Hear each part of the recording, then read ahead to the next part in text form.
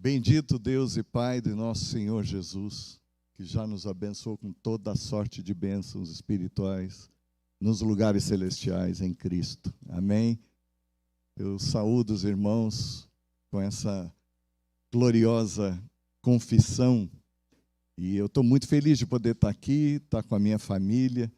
Nós temos ao lado da Joyce, a minha esposa, fiel auxiliadora, querida companheira, cúmplice. Com o seu Antônio, o irmão Antônio, a irmã Ivete, que nos tem acolhido aqui em São Caetano. Eu vivi aqui, nós vivemos 5 anos nessa terra. Quero dizer para vocês que quando nos lembramos do Brasil, São Caetano está no nosso coração em primeiro. Amamos viver aqui, já tivemos aqui nessa igreja uma vez, os irmãos não se lembram de mim, né? Queridos, eu vou dizer, há um grande desafio para todos nós cristãos, que é nos livrarmos das nossas impressões simplesmente tiradas por vista. É ou não é? Os irmãos ouviram aqui o testemunho do André, e eu lembrei-me agora de uma história. Meu tio, ele nasceu sem um braço, e era motoqueiro. E um dia sofreu um acidente, estava todo ensanguentado, caído à beira da estrada, parou um caminhoneiro, pegou, colocou dentro da boleia do caminhão, e ele lá morrendo de dores, querendo ir para o hospital, e nada do motorista aparecer. Ele olha assim no meio do mato e está lá o motorista vasculhando. Por que você está procurando aí? Eu estou procurando a tua mão. Rapaz, eu não tenho, vem embora. Me leva logo para o hospital. É mais ou menos assim a situação. Mas, queridos, é um grande prazer estar aqui e falar sobre missões. Eu louvo a Deus de estar no meio de uma gente missionária. Já disseram, me perdoe, não sei se foi Spurgeon, quem é que foi, que disse que todo cristão é um missionário ou então é um impostor. Queridos, Deus nos chamou a todos. Tem gente que diz assim: ah, Robinho, eu não tenho esse chamado. Querido, então você não ouviu o evangelho direito. Acho que precisa prestar atenção. Todos nós somos missionários. Agora, é certo que a missão é composta daqueles que vão, que deixam a sua terra, a sua parentela, mas aqueles que ficaram não mandaram os irmãos que saíram para fazer algo em seu lugar. Fazer missões tem a ver com irmos juntos, ainda que não tenhamos saído de casa. E eu fico feliz, eu tenho aqui uma boa notícia para trazer aos irmãos, que as orações dos queridos têm sido ouvidas por Deus, porque eu e a Joyce somos prova disso. Várias situações, nós vimos a mão de Deus, vimos o favor de Deus, vimos a intervenção sobrenatural de Deus, e isso é a resposta das orações dos irmãos, por menores que tenham lhe parecido aos olhos, por mais curtas que lhe tenham sido, mas Deus ouviu e tem ouvido. Amém, queridos? Eu gostaria, lá em Portugal nós sabemos que já temos uma outra língua, um outro idioma. É uma dificuldade, eu não vou dizer para poupar o ouvido dos irmãos, porque os queridos lá em Portugal têm algumas expressões bastante absurdas aos nossos olhos, aos nossos ouvidos, desculpem. Mas quando lá dizemos, eu gostaria de tal coisa, eles dizem, por quê? O irmão não gosta mais? A palavra correta, a maneira lá é dizer, eu gostava de algo, eu gostava de uma Coca-Cola, eu gostava de vos dizer algo. Queridos, nós estamos em tempos muito difíceis. E eu trago aqui, queridos, uma palavra de esperança para essa igreja em tempos de mudanças. Todos nós vimos lá de fora a divisão que houve no meio da sociedade brasileira e da ansiedade que há no coração de muita gente. Eu não vou falar aqui em política, porque senão a gente já vai dividir a igreja, vai acabar o culto no meio do tapa, chute, pontapé. Mas, queridos, eu quero dizer a vocês que em todo o mundo a igreja tem sentido ventos ameaçadores virem sobre todos nós. E não só no meio do leste europeu, onde eu estive agora esses dias, na fronteira da Ucrânia. Eu louvo a Deus, os irmãos podem crer, mesmo com bengala, Deus tem me levado longe.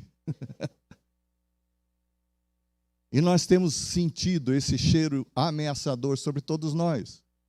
E eu creio, queridos, que Deus tem uma palavra de esperança para nós hoje, mesmo em tempos de mudanças. Eu gostaria de desafiar os irmãos a abrirem o livro de Atos dos Apóstolos, capítulo 2, versos 42 a 47. Se os irmãos quiserem acompanhar a leitura, nós temos aqui,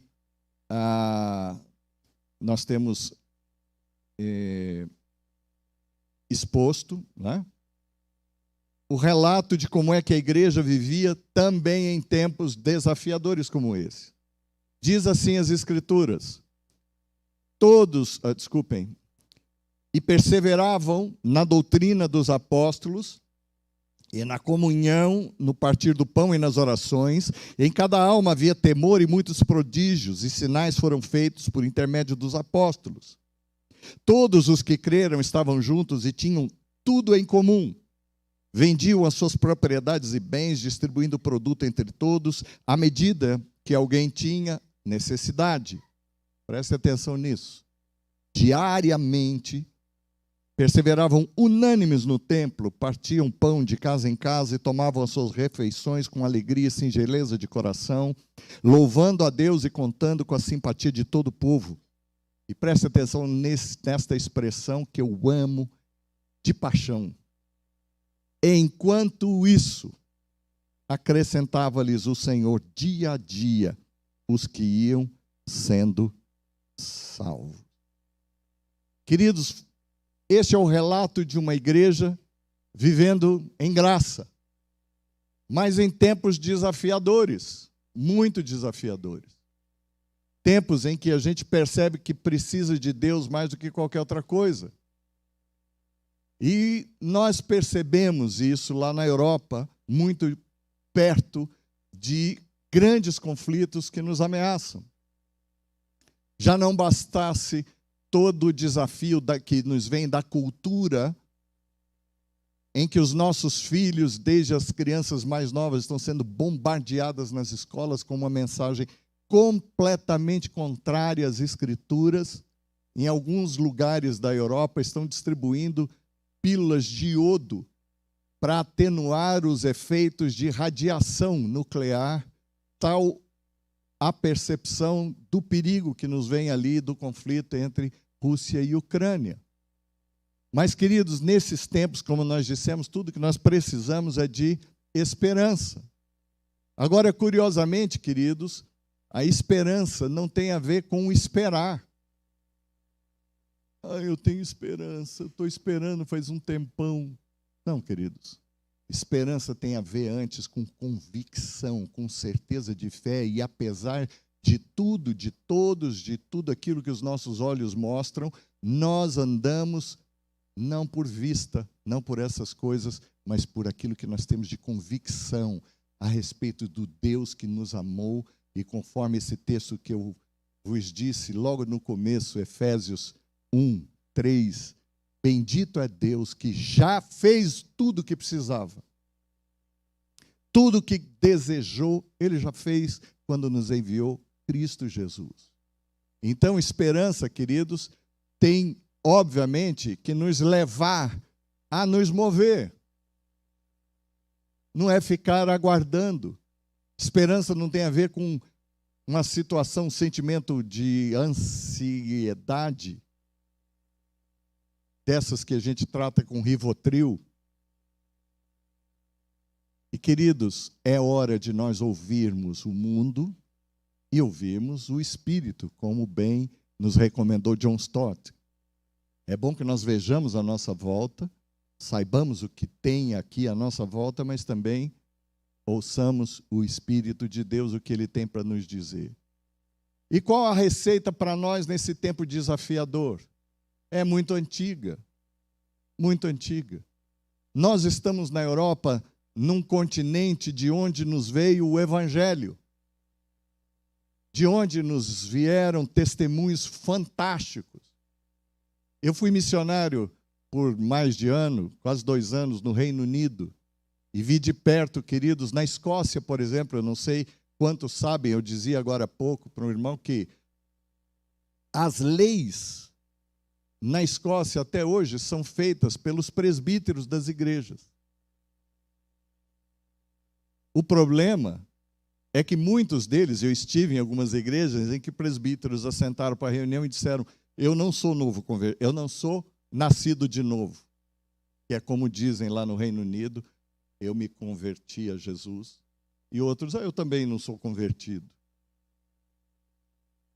E aí nós vemos templos maravilhosos, salões de cultos vazios. Lugar onde o evangelho queimou, ardeu, não há mais nada. E qual é a mensagem que nós, a Rádio Transmundial, tem trazido ali para a Europa desde sempre? Nada novo. Ah, Rubinho, eu preciso de uma unção nova. Não, larga a mão de ser besta, desculpa. Eu sou meio mal educado, queridos. Eu sou neto de italiano e de uma portuguesa. Boa coisa não ia dar. Os japoneses estão olhando, rindo. Os irmãos são japoneses, né? Louvado seja Deus. Eu fui criado no meio dos japoneses aqui no interior de São Paulo, perto de Bastos, aquela região. Eu achei que ia casar com uma japonesa, o máximo que eu conseguia, a Joyce, que tem um olhinho meio puxado. E lá em Portugal, todo mundo que tem um olhinho puxado, eu já logo falo: o senhor é japonês? Não, eu sou chinês. Lá só tem chinês, por causa da participação dos portugueses na colonização de Macau, por exemplo. Mas, queridos, a receita é antiga que nós temos a trazer para a igreja. Mas eu gostava de desafiar os irmãos a pensarem sobre a Europa, o que é que nós sabemos sobre esse continente europeu. Saibamos que hoje este é o maior campo necessitado do evangelho em todo o planeta. Não sei se os irmãos sabem disso. Quando eu vou participar de encontros missionários, eu falo sobre missões. Qual é o primeiro continente que vos vem à cabeça? África, não é isso? A África tem 49 países ou estados soberanos com maioria islâmica. 49. Entretanto, eles têm 15 vezes mais crentes do que a Europa. Os irmãos sabem lá o que é isso? Eu tenho estado na África. A última vez foi há ano e meio atrás. E vi de perto, queridos, igrejas lotadas. É certo que eles têm algumas necessidades, mas de pregação do evangelho eles vão bem, obrigado. O grande problema são os nossos pais na fé. Os nossos antepassados lá, europeus. De onde nos veio o evangelho. Hoje nós temos uma média de 2,4 crentes compromissados em todo o continente, isto incluindo católicos romanos, que creem nas Escrituras, que investem em missões, estão dentro desse número. É também um dos campos missionários pelo qual menos se ora em todo o planeta. Queridos, olha, essa é a Europa. Nós temos um percentual terrível de crentes, de membresia. Nós, só para terem uma ideia, o que acontece no sul do continente, Portugal, eu soube esta semana, eu faço parte da direção da Aliança Evangélica Portuguesa, e recebemos o resultado do último censo em Portugal, e 2,1% da população confessaram ser evangélicos. Entretanto, nós temos uma média de frequência de gente fiel, 0,4% na população. A Espanha tem 0,2% de crentes. França, 0,8%. Itália, 0,9%. Grécia, 0,2%. Na Grécia, para os irmãos terem uma ideia, a maioria absoluta da população é ortodoxa. Na própria identidade deles tem que vir a religião e se declaram ortodoxos. Entretanto, você pode ser um ortodoxo fiel sem conhecer um versículo da Bíblia. Porque os cultos são celebrados no grego, koiné, antigão, e ninguém mais sabe lá o que é aquilo. Os irmãos estão entendendo? Desafio da Europa. E isto inclui até os estrangeiros. Esses 2,1% de crentes em Portugal, muitos atribui à presença dos brasileiros. Mas há grandes desafios, e eu vou dizer aos irmãos hoje.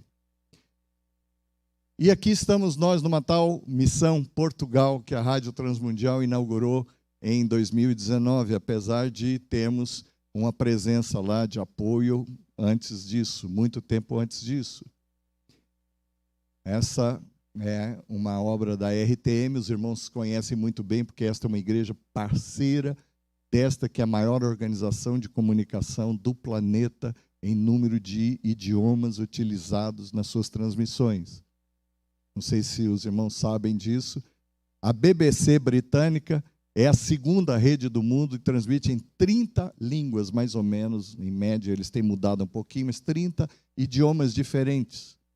A Transmundial, desde março do ano passado, opera em 304 línguas e dialetos.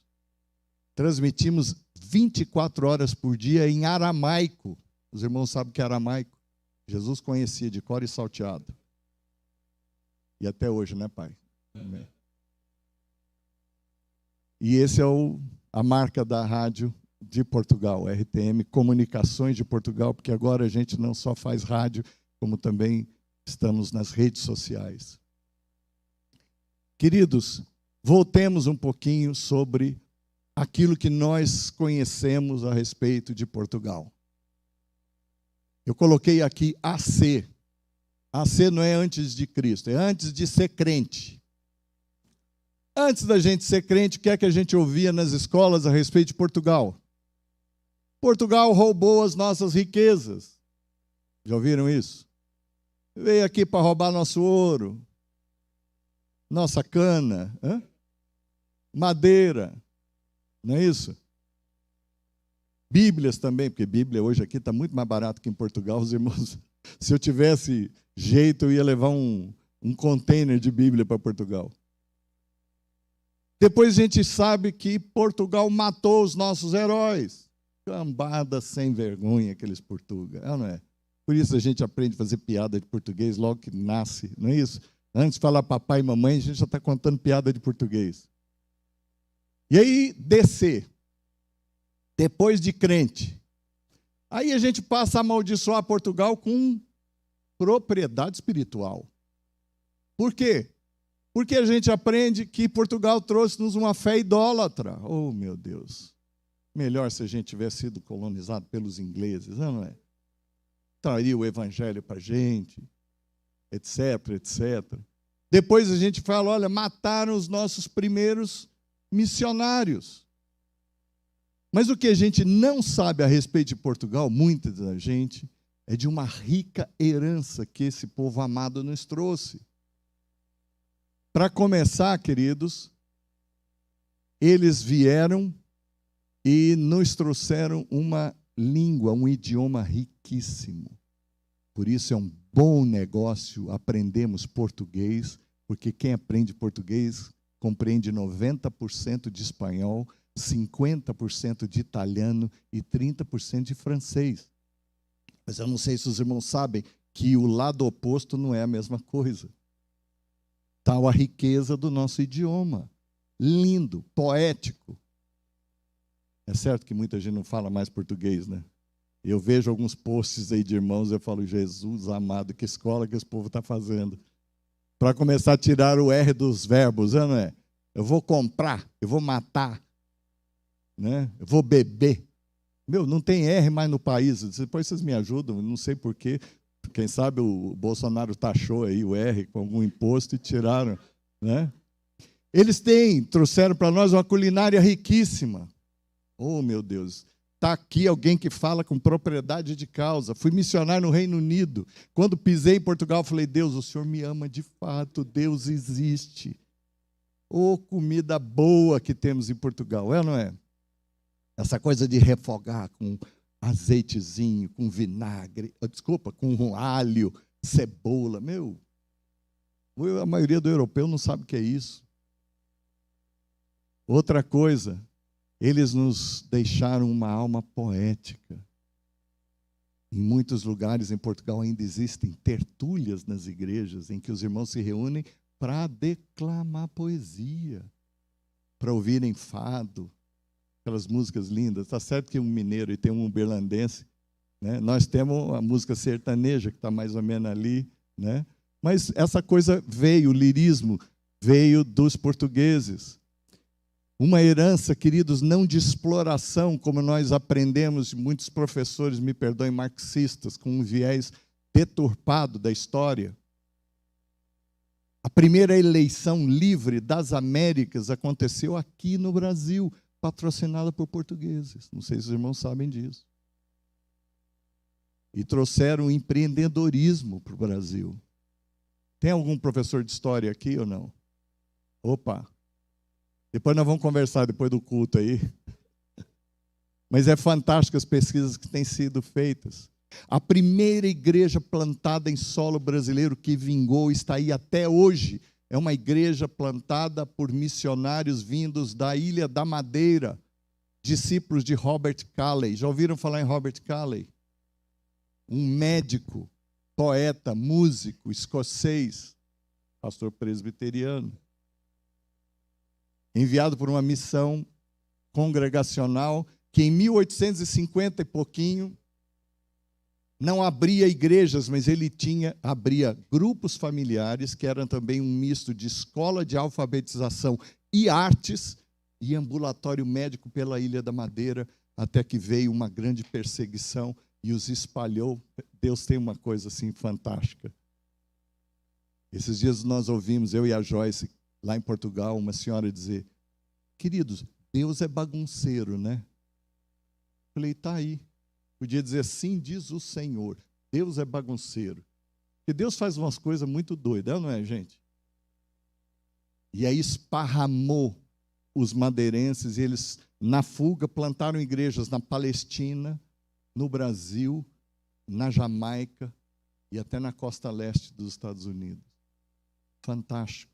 Uma herança, queridos, que a gente tem de admirar. Robert Calley veio para o Brasil mais tarde e não só foi morto ou perseguido pela Inquisição, que o perseguira lá em Portugal, porque ele se tornou amigo pessoal de Dom Pedro II, e com ele passava tardes comentando, conversando sobre a Bíblia, sobre as Escrituras e sobre a terra de Israel.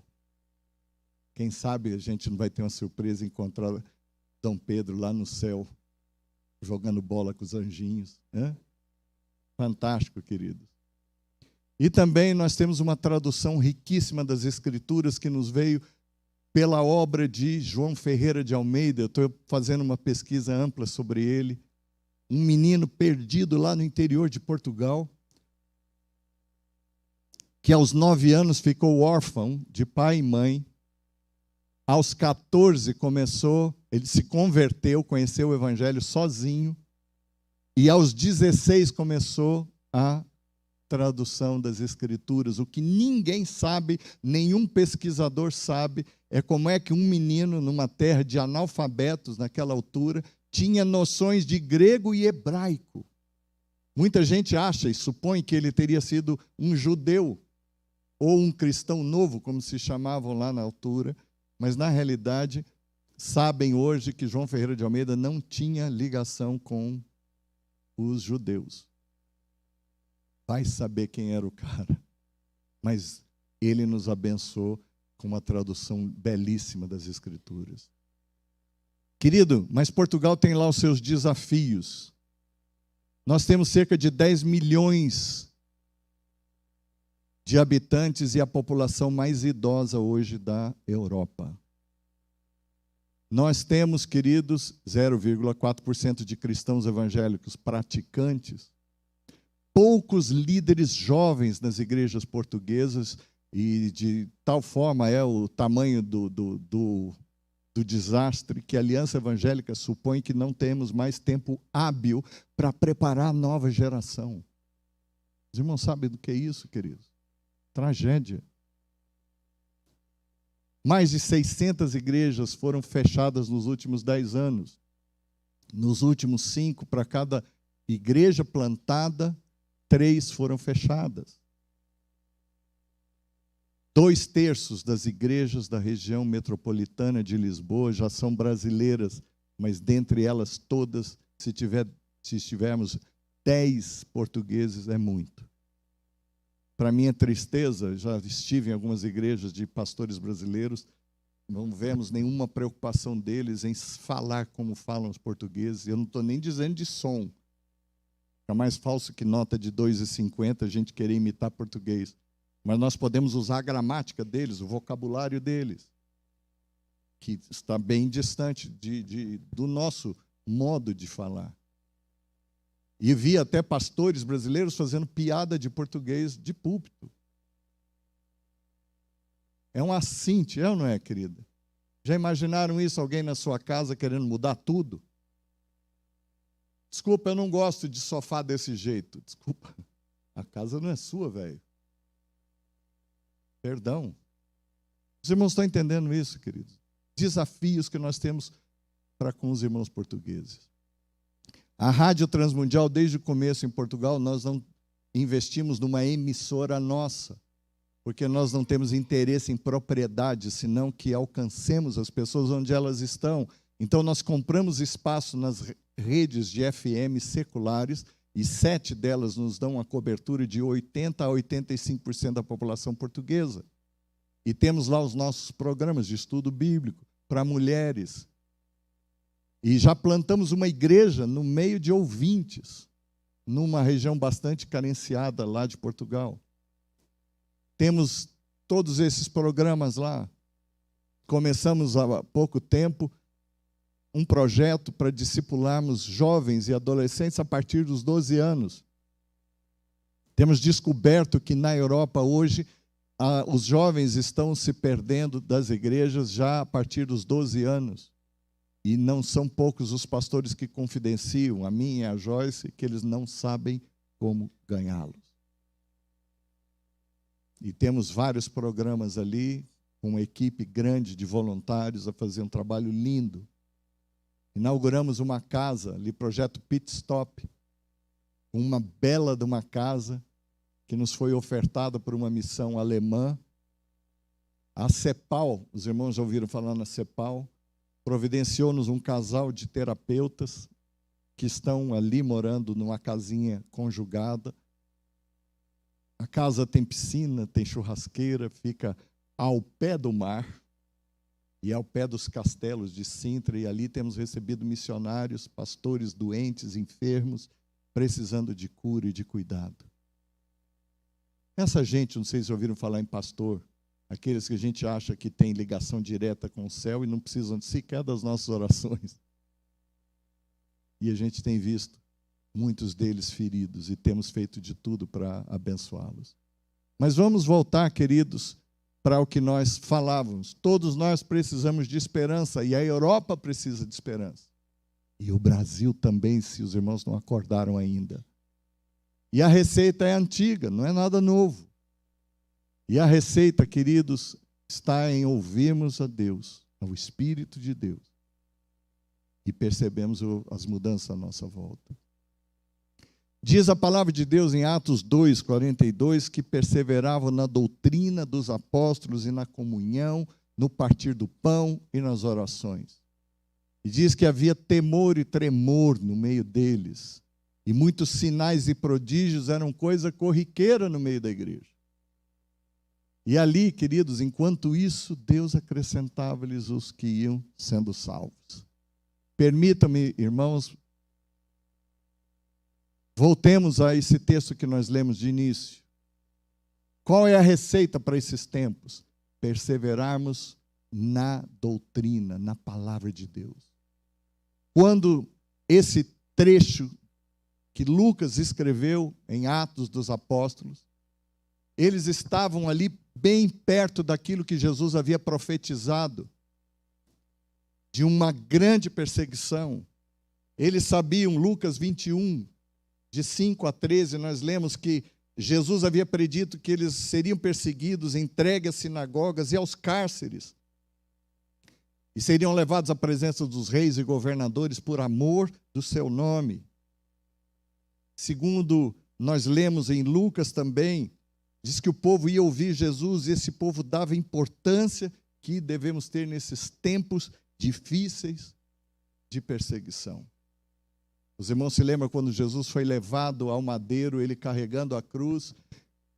Diz o relato do Evangelho que as mulheres batiam no peito, choravam, e ele parou, de repente, e disse assim: por que é que vocês estão chorando?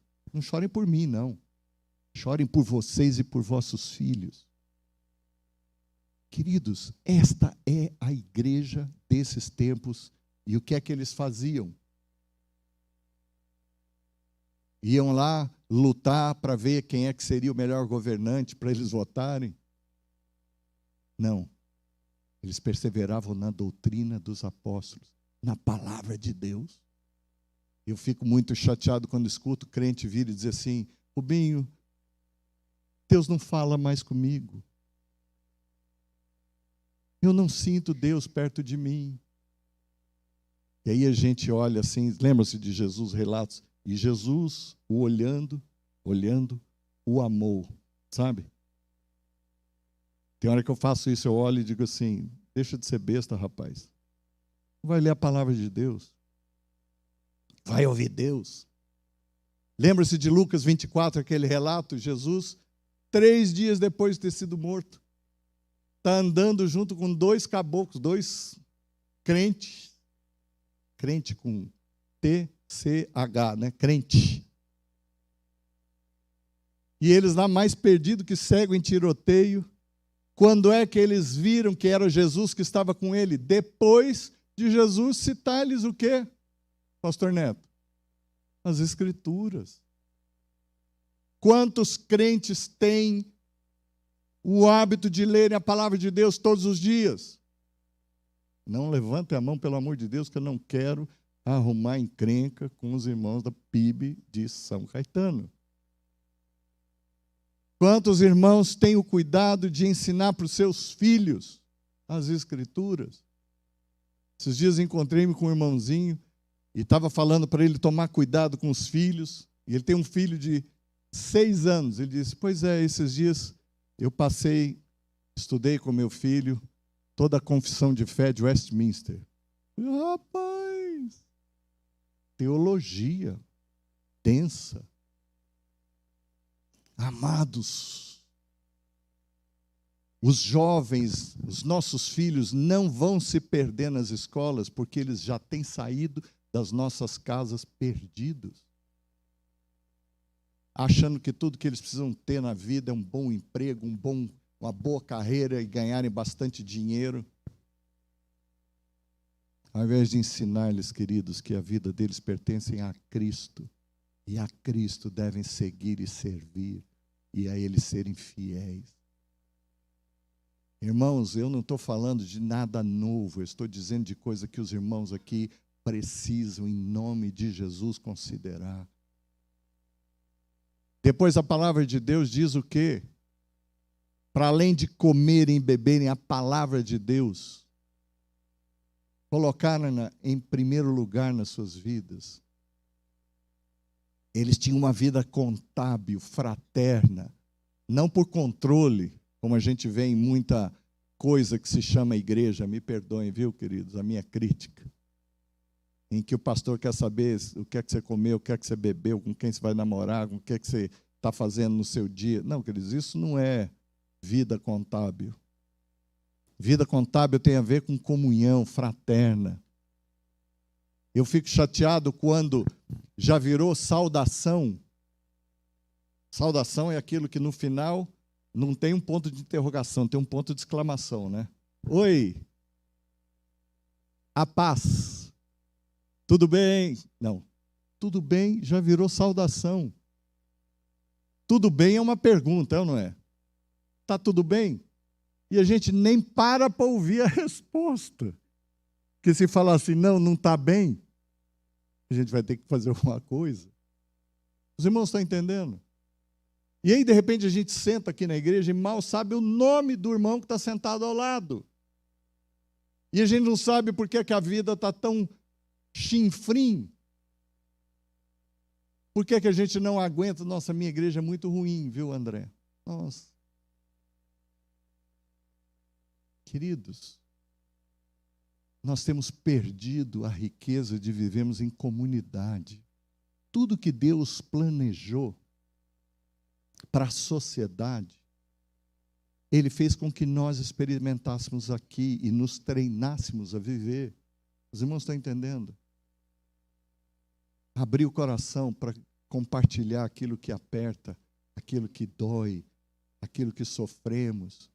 E também estejamos dispostos a repartir uns com os outros. Os irmãos estão entendendo, querido? Não há segredo. Mas, infelizmente, as igrejas têm se tornado um pegue-pague espiritual. É o que nós vemos. Irmãos, como não tem vida de comunhão com Deus diária, vêm ao domingo e acham bonito dizer, não, eu vim para me alimentar. Meu, que desgraçado, o sujeito vem para se alimentar uma vez por semana. Que subnutrição, é ou não é? Sabe qual era o segredo daquela igreja primitiva? Eles se alimentavam de Deus, que dia? Todos os dias. E aí, quando chegavam à igreja, eles não vinham lá para lamentar. Alguns vinham, sem dúvida nenhuma, porque nem toda luta desaparece de repente. Mas vinham cada um para repartir o que Deus fez na vida deles durante a semana. Amados, não é nada novo que eu estou trazendo. Outra coisa, eles comiam juntos, viviam em comunhão e socorriam-se uns aos outros, porque comiam juntos. Louvado seja Deus. Tem essa parte da teologia bíblica, viu, irmão, que eu amo de paixão. Porque a mesa é um lugar santo. E nós temos de aprender isso. Em primeiro, em família. Eu me lembro do meu pai, que já está lá no céu, jogando bola junto com Dom Pedro II, essa turma toda. Mas meu pai não admitia que a gente comesse em hora diferente. Não. Vamos sentar todos juntos. E é engraçado que a mesa é um lugar santo, em que a gente se reúne. Não é por isso, não é de outra forma, que Jesus, todas as vezes que assentava para comer, o que ele fazia antes? Dava graças. Porque a mesa é o lugar onde a gente não vai repartir as nossas competências, mas a gente vai repartir o quê? A nossa necessidade mais básica. Você pode ser o grandão, que tem muitas posses, é milionário, PhD, XPTO, mas se não comer, morre. Então, a hora que assentamos uma mesa, a gente está repartindo o quê? Não é o que a gente fez, o que a gente empreendeu, mas a nossa necessidade primária e básica. E ali nós podemos servir um ao outro nesta visão de igualdade e de humildade. Os irmãos estão entendendo? Eu e a Joyce estávamos com um problema meio grave no meio da nossa equipa. Não se fala equipe. No português de Portugal é equipa. Tínhamos lá uns ranca-rabo para resolver. Os irmãos sabem o que eu estou dizendo. Meu pai já dizia assim, não está indo na conversa, vamos à portuguesa, ou seja, mete o pé na mesa, já arrebenta tudo. E aí eu e a Joyce, na maior luta, foi ou não foi bem? O que a gente fez? Sentamos, antes de virmos para cá, e tomamos uma refeição juntos, toda a equipe da rádio. E ali a gente viu repartir o coração, e gente ouvir conselhos, e gente orar junto. Amados, isso é tremendo, é um segredo que a igreja tem que ter, tem que saber. Eu me lembro, viu, pastor Neto, que eu tinha um problema com um diácono. Eu queria matar o sujeito, assim, queria orar para Deus levar. Já que era crente, falei, Senhor, leva logo. Receber a herança que tinha no céu guardada.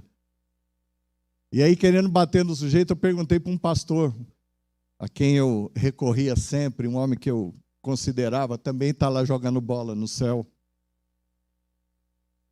Eu falei, pastor, o que eu faço com o sujeito? Ele diz assim, assa uma picanha com ele. Eu falei, não, pastor, o senhor não entendeu. Eu estou querendo dar uma surra no sujeito. Eu falei, não, Rubinho, faz um churrasquinho, chama o cara lá. Leva ele para pescar. Eu falei, só se eu jogar o cara de isca. Queridos, e no ambiente da mesa, eu ganhei o coração daquele homem, e o homem entendeu, percebeu, humilhou-se daquilo que ele precisava ouvir. E eu também de ouvir coisas que eu nem sabia a respeito do irmão. Então, essa é uma prática que a igreja tem de encarar como das mais espirituais. Depois, os irmãos não se descuidavam do quê? Da oração.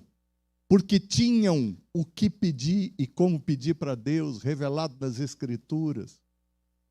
Porque comiam juntos, porque tinham comunhão e repartiam as suas lutas.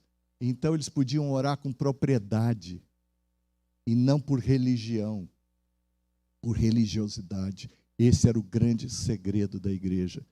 E aí, queridos, por último, para concluir, o povo via e não ouvia simplesmente um testemunho integral.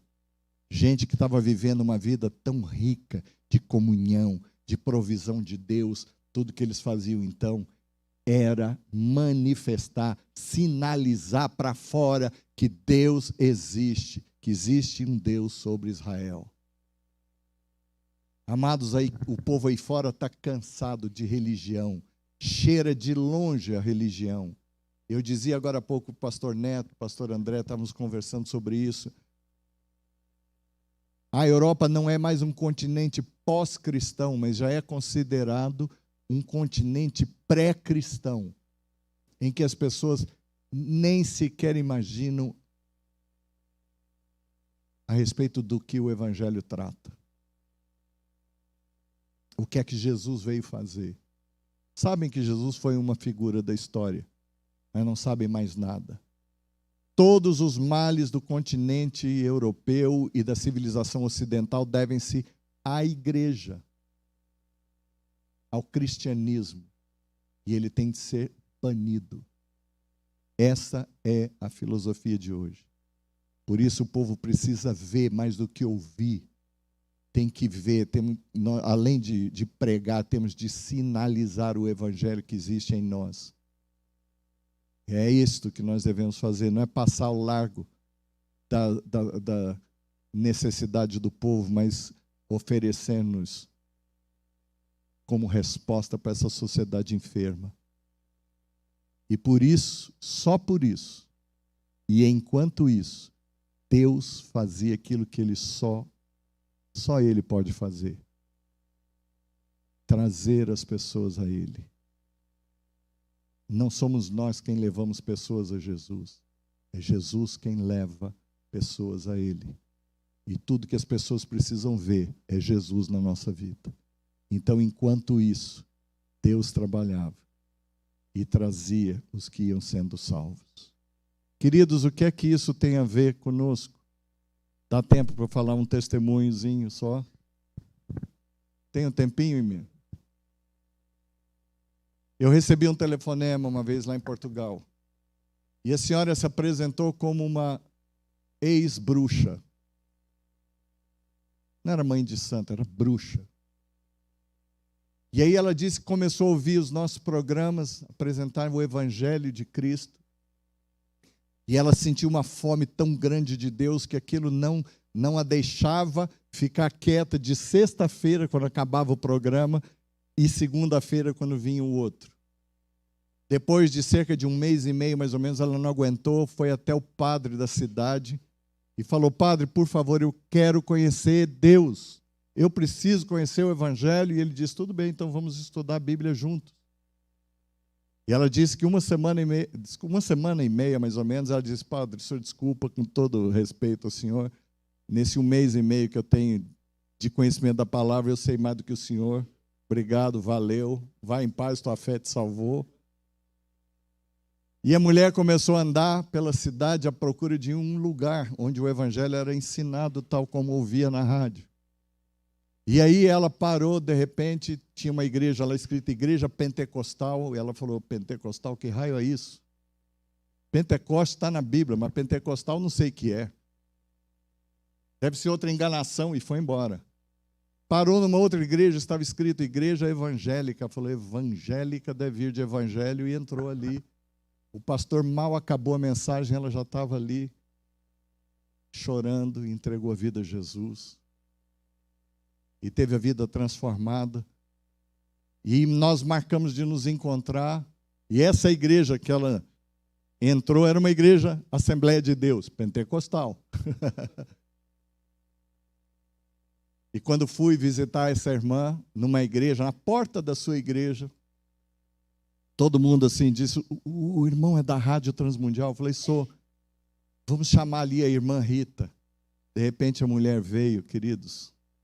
Vocês se lembram do encontro de Pedro com Cornélio? Que está lá em Atos.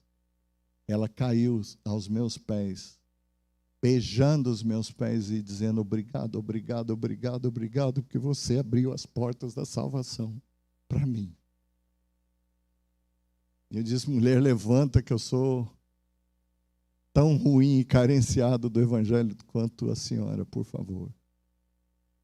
Amados, Deus está fazendo coisas tremendas através do seu evangelho. E nós precisamos nos levantar e tomar, queridos, desculpa, não sei para que esse cartoon. Temos de ouvir a Deus, queridos. O que é que esse texto tem a ver conosco? Comigo e com você. O que é que Deus falou ao seu coração hoje?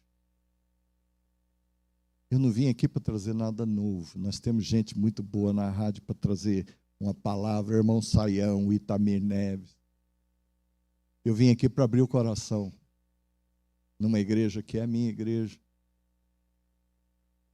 Nós precisamos, queridos, nos preparar porque os tempos são difíceis.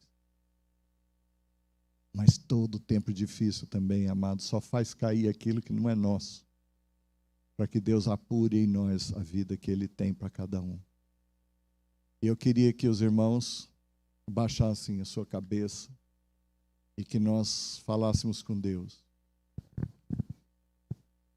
Há alguém aqui com quem Deus falou nesta manhã e que diante do que nós repartimos deseja fazer, tomar uma resolução, deseja retomar a sua vida? Eu queria que ficasse de pé, eu quero orar com você e por você. Não é uma mensagem de salvação, não é uma mensagem de apuração da nossa vida. Se Deus falou com você, você acha que precisa retomar algumas coisas na sua vida, quero que fique de pé e eu quero orar por você.